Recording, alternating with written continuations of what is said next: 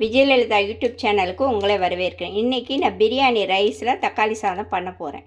அதுக்கு தேவையான 2 தக்காளி பெருசும் ஒரு அரை தக்காளியும் எடுத்திருக்கேன். ஒரு பெரிய வெங்காயம், 2 பச்சை மிளகா, ஒரு கை கொத்தமல்லியும் ஒரு கை புதினாவும், 1.5 ஸ்பூன் இஞ்சி பூண்டு பேஸ்ட்டு, 1/4 ஸ்பூன் மஞ்சத்தூள், 1/4 ஸ்பூன் கரம் மசாலா தூள், 1 ஸ்பூன் உப்பு, 1 ஸ்பூன்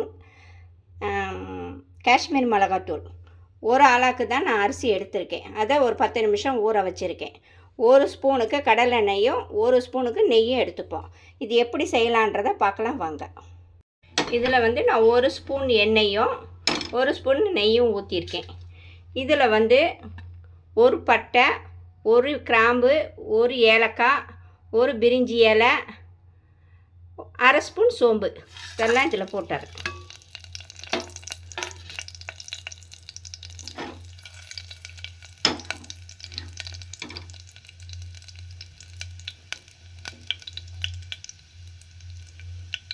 கொஞ்சம் இதானவொடனே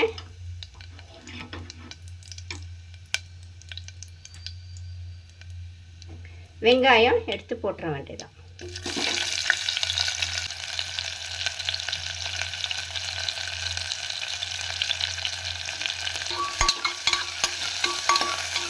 வெங்காயம் வதங்கட்டும். நான் வதங்கின பின்னாடி என்ன பண்ணுன்றதை இப்போ வெங்காயம் நல்லா வதங்கிடுச்சு.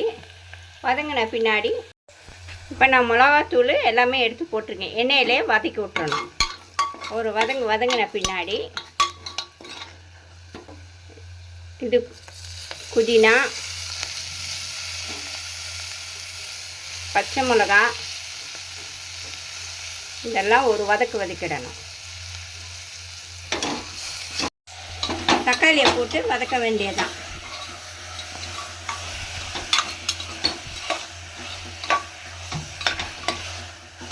கொஞ்சம் நல்லா வதங்கட்டும். இப்போ தக்காளி நல்லா வதங்கிடுச்சு. இப்போ பாருங்கள், தக்காளி நல்லா இது பண்ணியாச்சு. இப்போ தண்ணி ஊற்ற வேண்டியதான். நான் ஒரு ஆளாக்கு தான் போட்டேன். அந்த ஒரு ஆளாக்குக்கு 1/4 டம்ளர் தண்ணி ஊற்ற போகிறேன். இது 1 டம்ளரு. எதில் நீங்கள் அளவு எடுக்கிறீங்களோ அந்த டம்ளரு, 1 டம்ளர்னால் 1/4 டம்ளர் தண்ணி ஊற்றுங்க. இந்த பாருங்கள், 1/4 டம்ளர் நான் ஊற்றுறேன். அவ்வளோதான். இது இப்போ கொதித்தவனே ஹையில் அடுப்பு வச்சுருக்கேன். நல்லா கொதிக்கட்டும். இப்போ கொதிக்குது. நான் ரைஸ் போட்டுறேன். பாருங்கள், பிரியாணி ரைஸை போட்டுறேன்.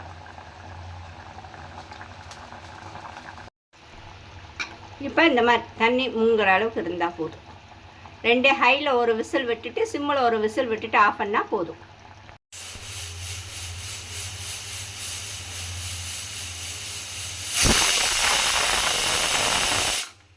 விசில் வந்திருக்கு. சிம்மில் வச்சு ஒரு விசில், அவ்வளோதான். 2 விசில் தான்.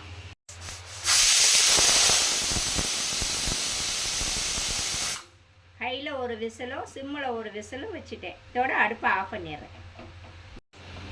இப்போ விசில் அடங்கிருச்சு. இப்போ நான் எடுத்துறேன்.